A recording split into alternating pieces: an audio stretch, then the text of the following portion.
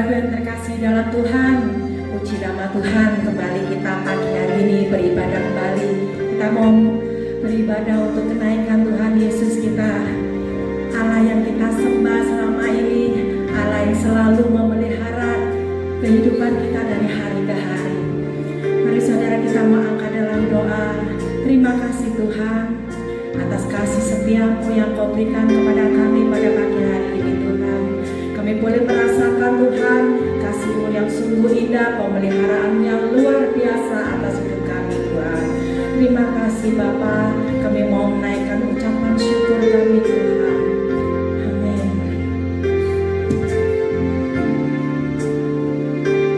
Haleluya. Naikkan satu pujian, ku bersyukur Tuhan. Ku bersyukur padamu Tuhan atas kasih-Mu. Ku bermazmur bagi nama-Mu yang kudus. Katakan sebab Engkaulah, sebab Engkau kebenaranku. Padamu ku percaya, betapa mulianya Tuhanku. Ku rindu menyatakan,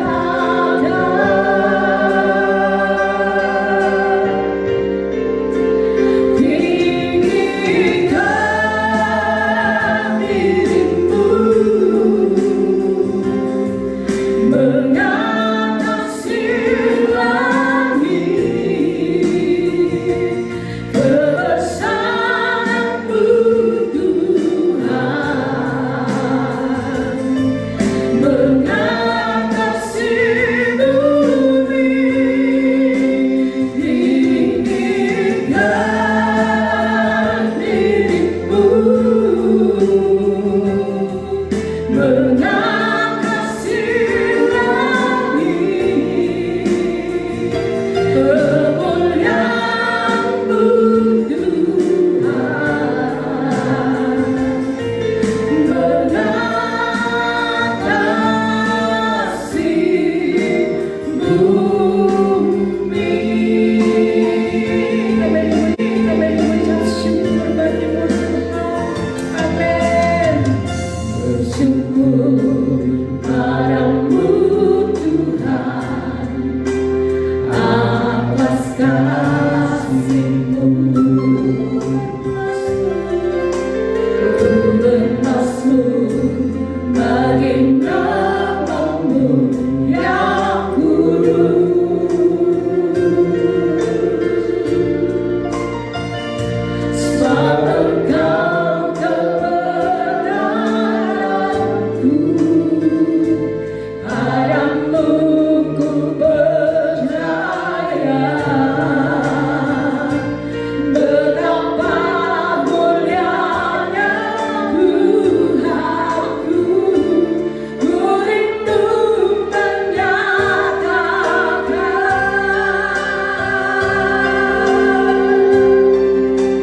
tinggikan dirimu mengatasi langit. Kebesaran-Mu Tuhan mengatasi bumi. Tinggikan dirimu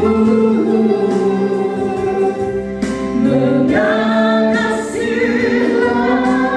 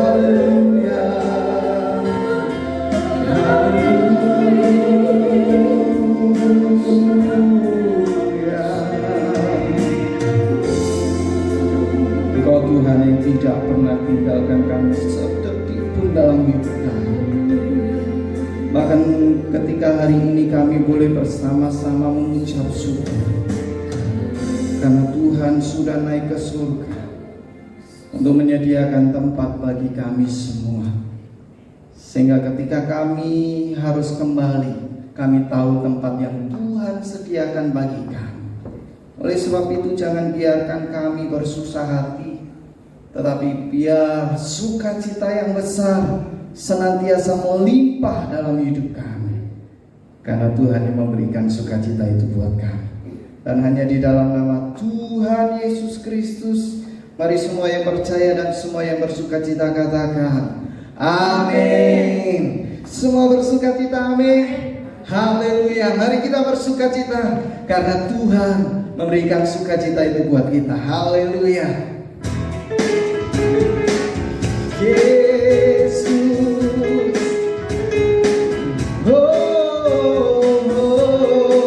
Bersukacita bersama-sama. Yesus, mari gerakan sama-sama dengan sukacita. Terima sukacita sudah, itulah kekuatan bagi jiwa. Ku dapat rasakan kasih-Nya di tengah badai yang bergelora. Terima sukacita sudah, kekuatan bagi jiwa. Ku dapat saksikan Dapat saksikan kuasa-Nya, taklukan badai yang bergelora. Haleluya, Kau ada dalam hatiku, takkan patah semangatku, takkan hilang kekuatanmu. Haleluya, ku mau bersorak bagiku, sukacita surga nyata penuhiku. Mari semua yang percaya dengan segenap hatimu katakan sama-sama bagiku. Sama-sama katakan. Terima sukacita surga, hiduplah kekuatan bagi jiwa. Ku dapat rasakan kasih-Nya, hiduplah badai yang bergelora. Terima sukacita surga, itulah kekuatan bagi jiwa. Ku dapat saksikan kuasa-Nya, taklukan badai yang bergelora. Haleluya, Kau ada dalam hatiku, takkan patah semangatku, Semuanya yang percaya. takkan hilang kekuatanku. Haleluya, Ku mau bersorak. mau bersorak bagiku, sukacita surga nyata penuhiku. Mari dengan segenap hatimu. Haleluya, Kau ada dalam hatiku, Takkan patah. takkan patah semangatku, takkan hilang kekuatanku. Haleluya, ku mau bersorak bagiku, Sama-sama katakan. sukacita surga nyata penuhiku. Sukacita surga. Sukacita surga nyata penuhiku. Sukacita surga. Sukacita surga nyata penuhiku.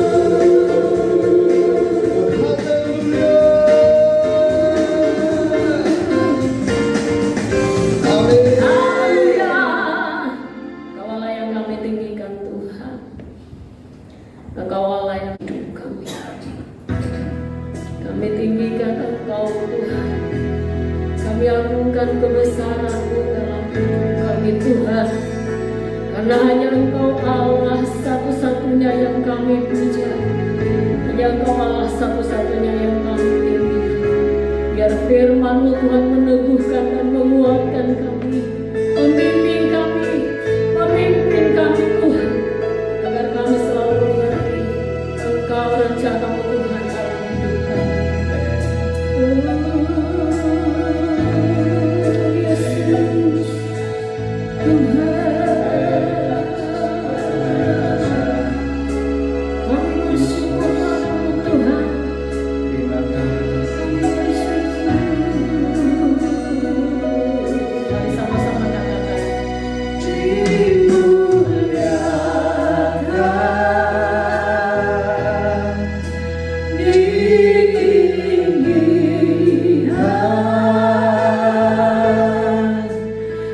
Yesus Tuhan,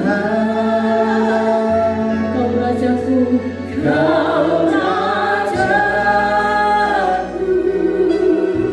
yang bertahta,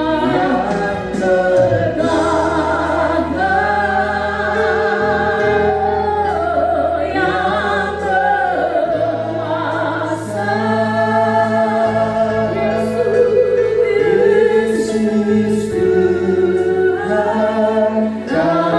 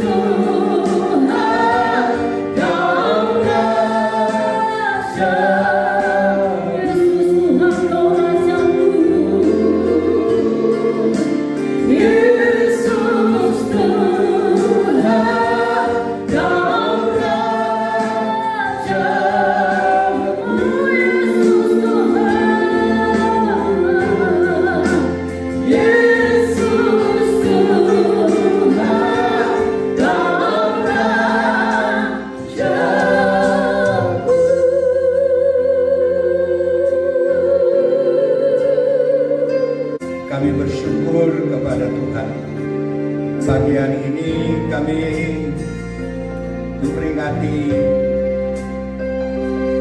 hari kenaikan Tuhan Yesus ke surga. Kami mengucap syukur Tuhan, Engkau pergi naik ke surga dengan penuh kemenangan. Engkau meninggalkan kuasa kepada kami dengan kemenangan demi kemenangan dan keberhasilan. Tuhan Yesus, pagi hari ini hamba-Mu akan menyampaikan isi hati-Mu. Mohon urapan Tuhan dari permulaan berkata-kata sampai pada selesai berkata-kata, sehingga apapun yang hamba-Mu sampaikan menjadi berkat bagi kami semua.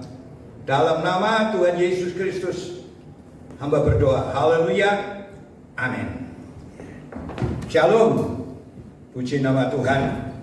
Kalau pagi hari ini kita sama-sama merayakan, memperingati, yaitu kenaikan Tuhan Yesus Kristus ke surga. Sebenarnya kita bukan hanya sekedar memperingati kenaikan Yesus ke surga. Kalau hanya sekedar memperingati, maka kita mengalami kedinginan rohani.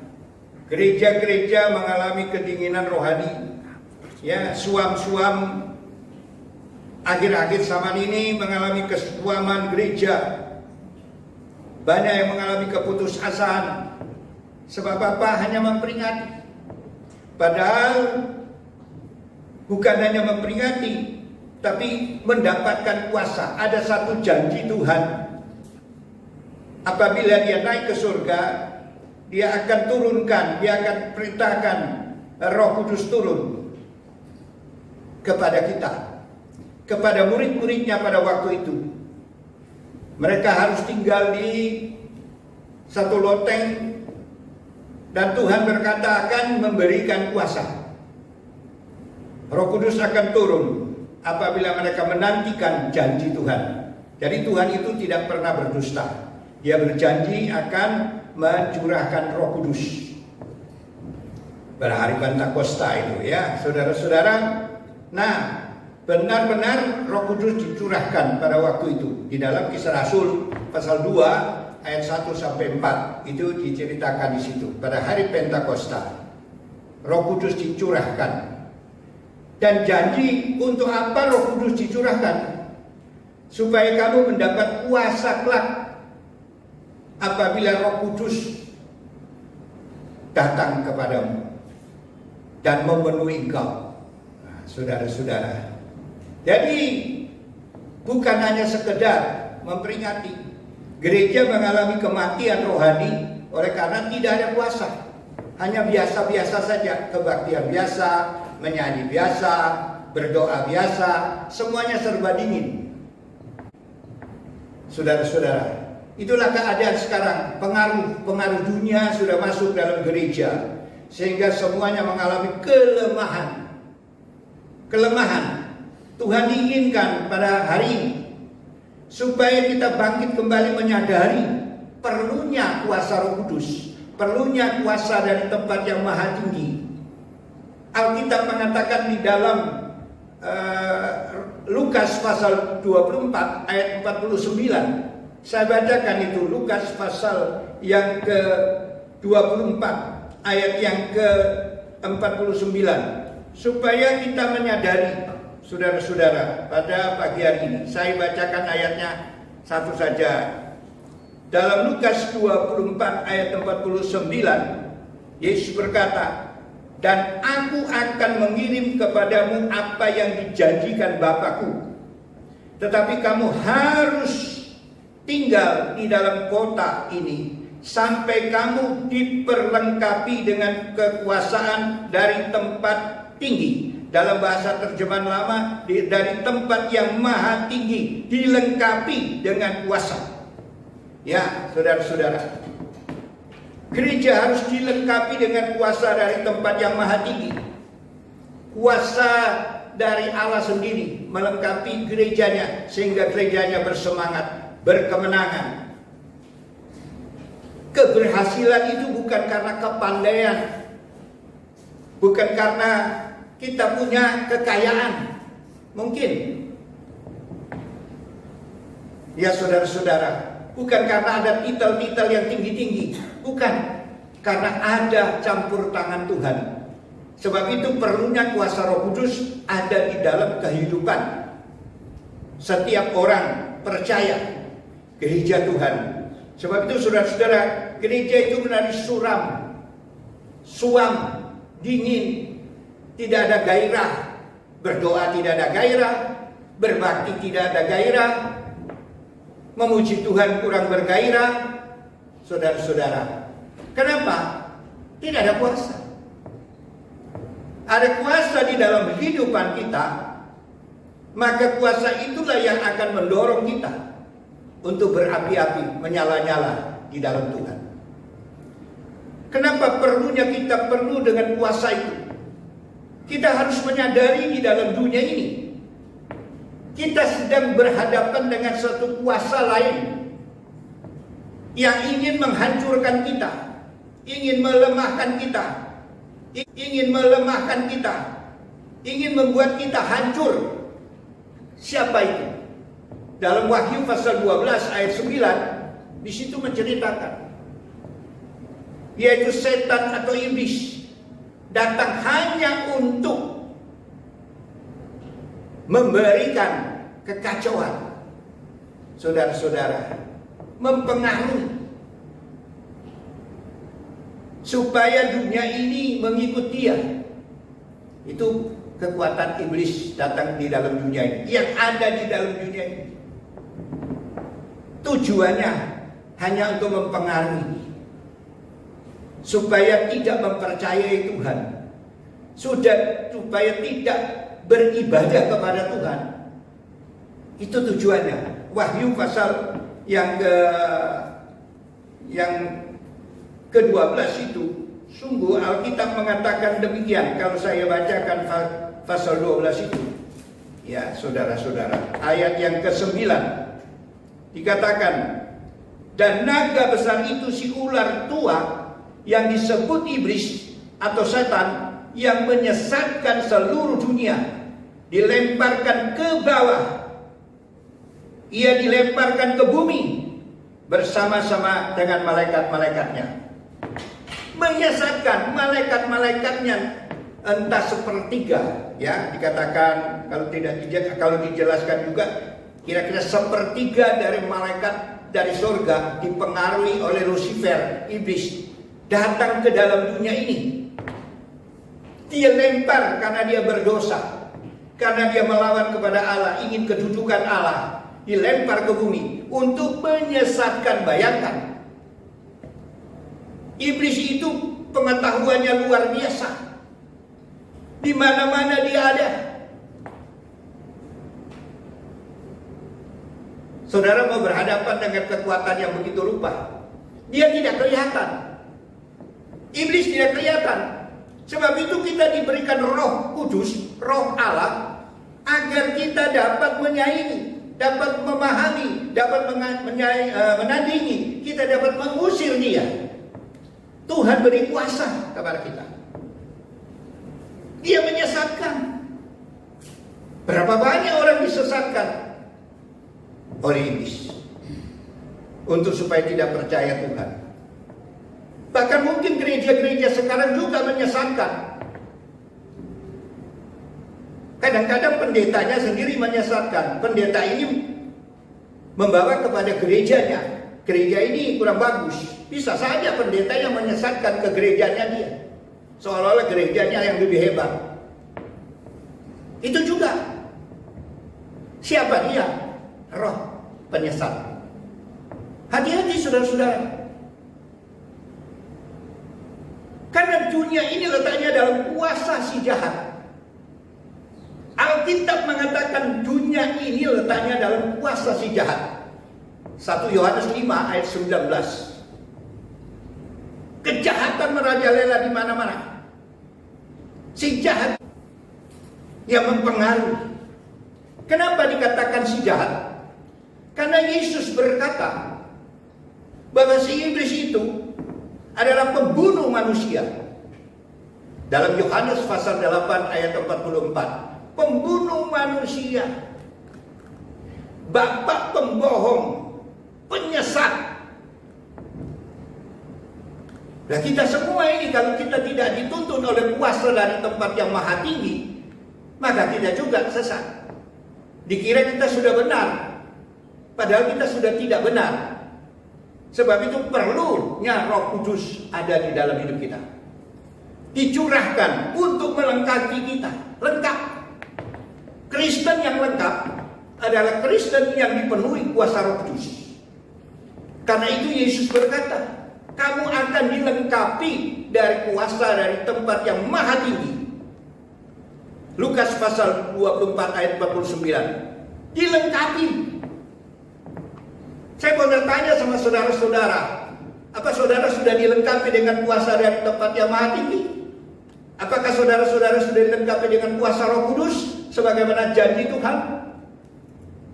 Supaya hari ini bukan sekedar memperingati, menyadarkan kepada kita. Kenapa kita gampang putus asa? Kenapa kita gampang lemah? Karena kita tidak ada kuasa itu. Kita harus dilengkapi. Saudara-saudara yang kekasih dalam kasih Kristus, kita mau jadi saksi apa? Menyaksikan apa?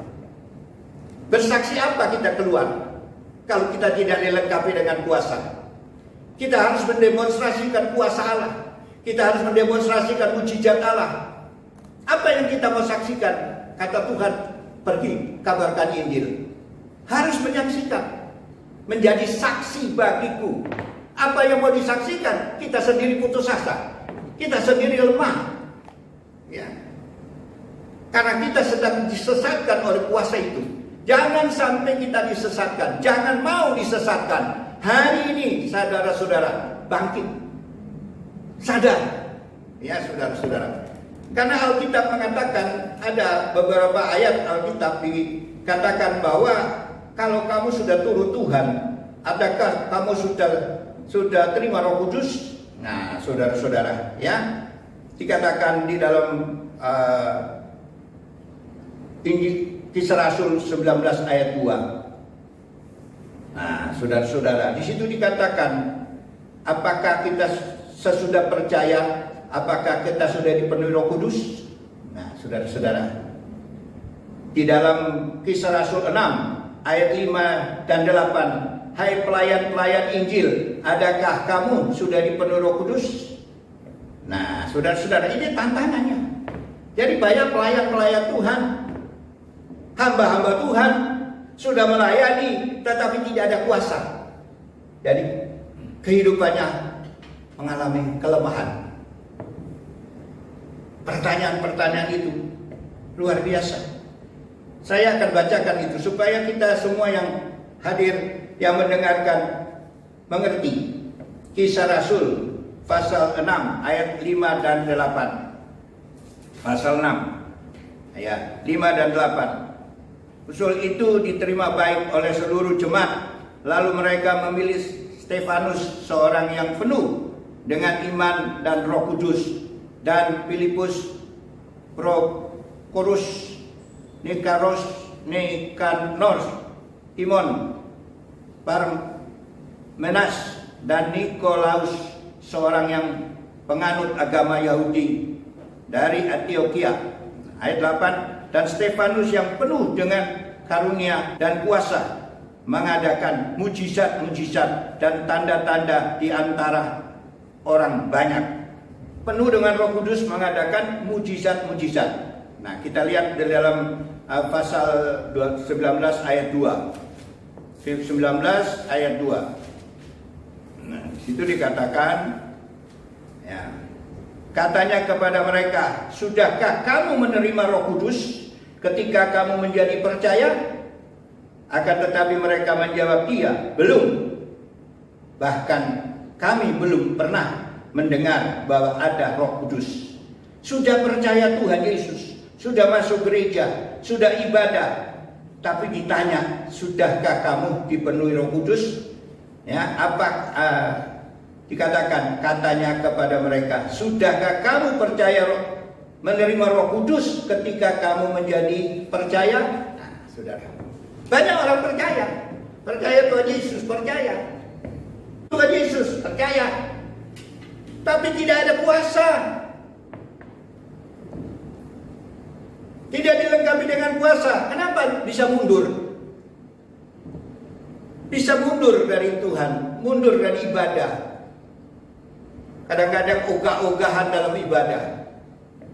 Karena tidak ada kuasa di dalam dirinya. Kuasa yang mengendalikan yaitu kuasa Roh Kudus.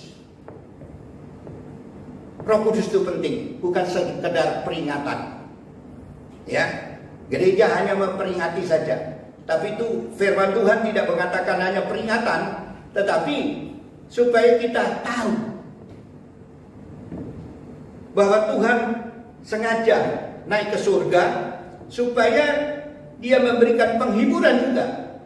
Kalau saudara baca di dalam Injil Yohanes 16 ayat 7 sampai 11. Saya tidak bacakan lengkap. Isinya itu Tuhan ingin memberikan penghiburan. Supaya jangan lemah, jangan putus asa, jangan stres. Roh Kudus itu roh penghibur. Roh yang membuat sukacita kepada kita. Dan Roh Kudus itu menginsafkan kepada dunia tentang dosa. Menyadarkan kepada kita itu gak boleh, itu salah, itu keliru, itu sesat. Roh Kudus menyadarkan kepada kita. Itu kata firman Tuhan, ya saudara-saudara. Jadi kita melihat, kita sebagai orang yang percaya diingatkan, disadarkan. Sebab Dia juga akan mengadakan penghakiman kepada dunia ini. Nah saudara, Roh Kudus itu mengingatkan, menyadarkan kepada kita. Bahkan Roh Kudus itu dikirim untuk juga mengajar kita. Dalam Yohanes 14 ayat 26, Roh Kudus itu memberikan penghiburan, mengingatkan, menyadarkan, dan mengajar kepada kita. Jadi Roh Kudus itu mengingatkan, oh, salah kamu, keliru kamu, ya, tidak benar kamu. Terus diingatkan kepada kita firman-firman yang sudah pernah kita dengar. Firman-firman Tuhan yang pernah kita catat mungkin. Itu diingatkan. Supaya kita jangan berdosa lagi kepada Tuhan. Itu firman Tuhan, saudara-saudara. Sebab itu perlu dilengkapi. Dan orang Kristen, sebab itu perlu dilengkapi seperti murid-murid Tuhan dilengkapi. Dilengkapi dengan kuasa dari tempat yang maha tinggi. Sekali lagi kita berhadapan dengan kuasa setan. Ya, kuasa setan itu dia adalah pencuri, ya, merusak dan membinasakan. Di dalam Yohanes 10 ayat 10a dikatakan pencuri datang untuk merusak, membinasakan, membunuh. Kuasa setan. Kita tidak bisa tandingi dengan akal pikiran kita, dengan kepandaian kita. Nggak bisa, dia tidak kelihatan. Sebab itu kita harus dilengkapi. Roh Kudus itu harus penuh dalam kehidupan kita. Dia yang mengajar, Dia yang mengingatkan, Dia yang menyadarkan. Itu tidak benar. Jangan takut. Saudara-saudara, itulah firman yang dikatakan supaya Roh Kudus diam di dalam diri kita, mengingatkan, menyadarkan kepada kita, saudara-saudara. Dan Yesus datang untuk memang membinasakan pekerjaan setan. Tapi setan sampai sekarang ini setan itu belum pernah dikurung. Masih jalan-jalan, masih keluyuran. Sebab walaupun kuasanya sudah dipatahkan untuk orang yang percaya. Dia mempengaruhi kita untuk kembali berbuat dosa. Roh Kudus sadarkan. Kita kembali berbuat jahat, disadarkan oleh Roh Kudus. Itu perlu Roh Kudus. Saudara-saudara, ya, murid-murid Tuhan dilengkapi dengan kuasa yang dari Maha Tinggi, yaitu kuasa Roh Kudus. Kuasa Roh Kudus itu untuk apa? Nah, pada waktu di dalam Kisah Rasul, Roh Kudus dicurahkan itu untuk apa? Untuk mengadakan mujizat, mengadakan mujizat-mujizat mengusir setan-setan untuk memuliakan Tuhan. Satu, mengusir setan. Setan harus diusir dengan kuasa dari tempat yang maha tinggi, yaitu melalui kuasa Roh Kudus dalam nama Yesus. Dan Yesus dipermuliakan. Jadi satu, untuk mengadakan mujizat-mujizat. Gereja tidak ada kuasa, gereja lemah, hanya latihan kor, ngomong sana sini, latihan ini dan itu, macam-macam. Ya saudara-saudara, sendaguro sana sini, tidak ada yang berhimpun untuk bagaimana kita dikuasai oleh Roh itu, supaya kita bersemangat, supaya kita bersukses, supaya kita berhasil. Saudara-saudara, yang kedua, memberikan keberanian. Roh Kudus itu memberikan keberanian. Di dalam penginjilan itu memberikan keberanian. Pada saat-saat mereka, pada waktu Petrus dan Yohanes ditanya, dengan kuasa mana kamu menyembuhkan orang yang timpang itu? Kemudian Yohanes dan Petrus mengatakan dalam Kisah Rasul 4 ayat 10, dengan kuasa nama Yesus yang kamu salibkan. Padahal pada waktu itu mereka itu ketakutan. Ada keberanian bersaksi, dan mereka mengadakan mujizat. Orang yang lumpuh di muka pintu Elok di dalam Kisah Rasul pasal 3 ayat 3 sampai 6. Emas dan perak aku tidak punya, tapi apa yang ada padaku kuberikan kepadamu. Dengan nama Yesus orang Nazaret itu bangkit dan jalan. Mujizat terjadi. Orang yang bagaimana itu? Orang yang sederhana. Bukan orang yang punya titel besar. Bukan orang seorang doktor, PhD atau profesor teologi, bukan. Siapa mereka itu? Orang yang sederhana. Kata Alkitab di dalam Kisah Rasul pasal 4 ya ayat 13 dikatakan, orang ini setelah mereka mengetahui bahwa Petrus dan Yohanes itu begitu berani, ternyata orang ini tidak terpelajar, sederhana. Orang yang sederhana, tidak terpelajar, tapi diajar oleh firman Tuhan, diajar oleh Roh Kudus. Saudara-saudara, mendemonstrasikan mujizat. Orang yang sederhana. Tapi kalau ada kuasa, seperti kata firman Tuhan dalam 1 Korintus 1 ayat 27. Yang bodoh di dunia ini dipilih Allah. Ya. Dipilih Allah. Bukan artinya tidak boleh belajar. Ya, saudara, kita juga harus banyak pengetahuan juga. Tapi jangan menonjolkan kepintaran. Jangan menonjolkan kemampuan, kehebatan. Tapi sungguh-sungguh Tuhan harus dipermuliakan. Yang ketiga yaitu memuliakan nama Yesus. Kuasa Roh Kudus datang dalam kehidupan kita. Para murid-muridnya, hanya Yesus dipermuliakan.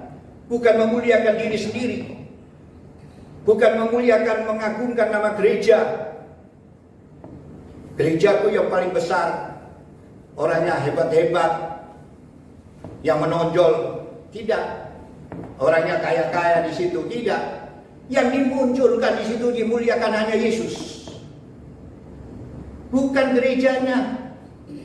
Kalau gerejanya nanti semua katanya dalam Tuhan kita bersaudara. Kita lihat seperti nyanyian, dalam Tuhan kita bersaudara bergandengan tangan.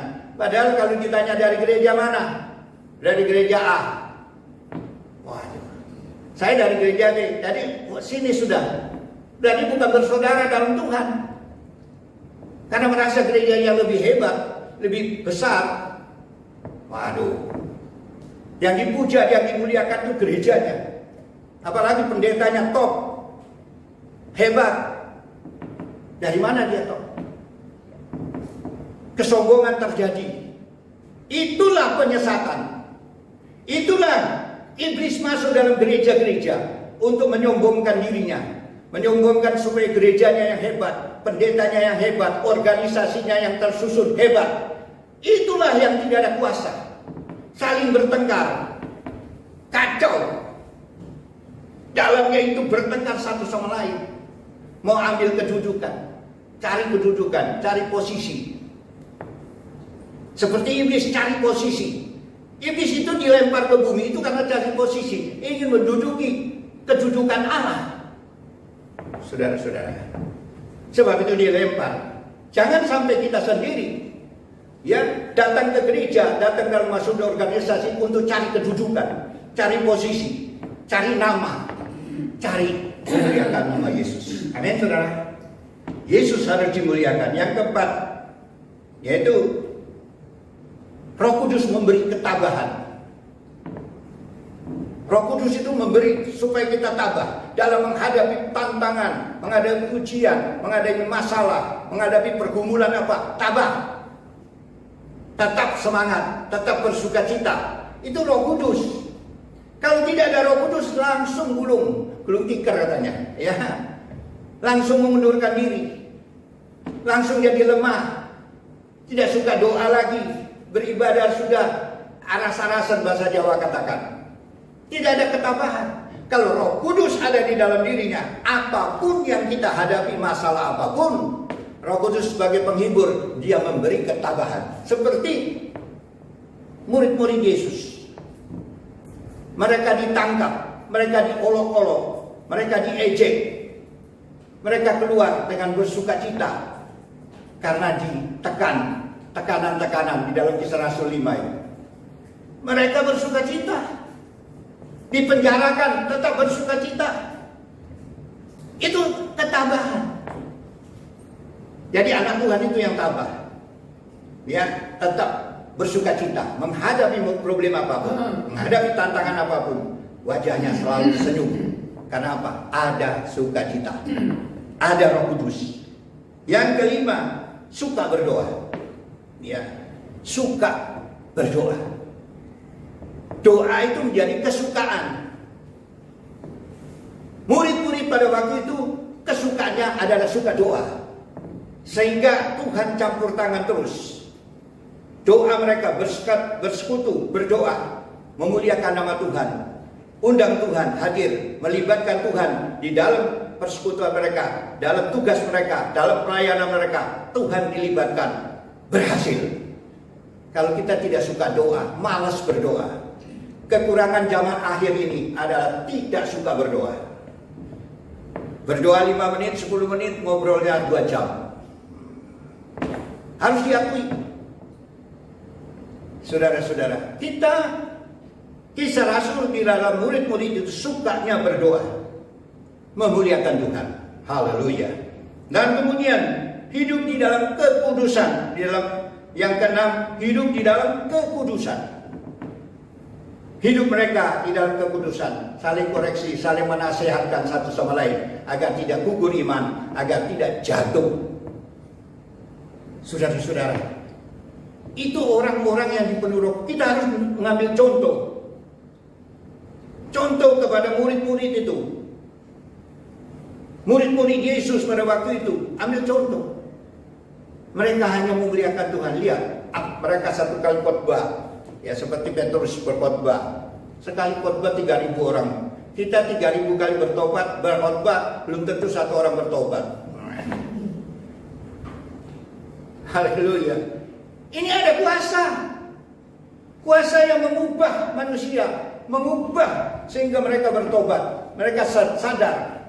Dalam Kisah Rasul pasal 2 ayat 37-38. Apa yang kami harus perbuat? Ditegur habis-habisan oleh Petrus dalam khotbahnya. Sehingga mereka sadar. Apa yang harus kami perbuat? Semua sudah dibongkar. Kesalahan kami, dosa kami sudah dibongkar. Adalah kamu bertobat, kata Petrus. Berikan dirimu dibaptis dalam nama Yesus. Dan penuh Roh Kudus. Jadi di belakangnya penuh Roh Kudus. Menuntun kamu untuk perjalanan hidupmu. Nah saudara-saudara, Ini saudara. Dan kedudukan kita selanjutnya, Yesus naik ke surga. Tujuannya apa? Menyediakan tempat bagi kita yang menang. Kita yang menang. Bukan asal-asal Yesus sediakan tempat di surga untuk kita semua yang percaya, nggak mungkin. Yang menang orang percaya yang menang. Dalam Wahyu 3 ayat 21, ya. Bagi orangku yang menang, akan kududukan bersama-sama aku di kursi kerajaanku. Jadi yang menang bukan asal-asalan. Kita harus jadi pemenang.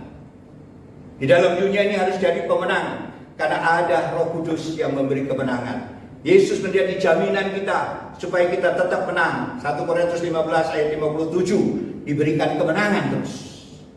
Mari saudara-saudara, pada pagi hari ini buka hati saudara untuk dipenuhi. Dipenuhi dari batu kepala sampai telapak kaki. Dipenuhi pikiran kita, hati kita, jiwa kita, rancangan kita. Dipenuhi dengan kuasa Roh Kudus, sehingga engkau akan berhasil. Dalam menghadapi situasi bagaimanapun juga, saudara akan menang. Saudara akan berhasil. Dia akan memberikan penghiburan. Biarlah hari ini saudara-saudara kita boleh mengalami kemenangan. Kenapa Yesus naik ke surga? Memang dari surga dia datangnya. Nah saudara-saudara, dalam Yohanes 8 ayat 23, dia datang dari surga, kembali ke surga.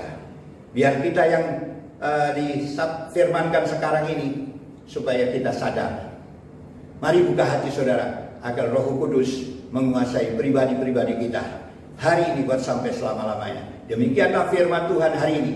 Biarlah kita menjadi anak orang-orang yang menjadi pemenang, yang diberikan kuasa dari tempat yang maha tinggi, melengkapi kita dengan kuasa dari tempat yang maha tinggi, jadi pemenang, berhasil, dan mengeluarkan kuasa mujizat melalui kuasa firman Tuhan.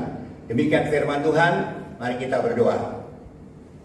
Terima kasih Tuhan buat kebenaran firman Tuhan yang kami sudah dengar pada pagi hari ini. Biar kami bukan sekedar menjadi pengikut Tuhan, menjadi orang-orang percaya saja begitu saja, tapi kami minta Tuhan lengkapi kami dengan kuasa-Mu dari tempat yang maha tinggi, supaya kami boleh mendapatkan rahasia-rahasia firman-Mu, menjadi orang pemenang, mengadakan mujizat, tabah, memuliakan nama Tuhan, dan hidup kudus, suka berdoa, dan menjadi saksi bagi Tuhan di mana-mana. Nama Tuhan dipermuliakan. Terima kasih Tuhan, terima kasih Roh Kudus. Kiranya firman Tuhan yang kami sudah sampaikan menjadi berkat bagi kami semua yang mendengar, dan saudara-saudara kami semuanya. Dalam nama Yesus Kristus hamba berdoa. Haleluya. Amin.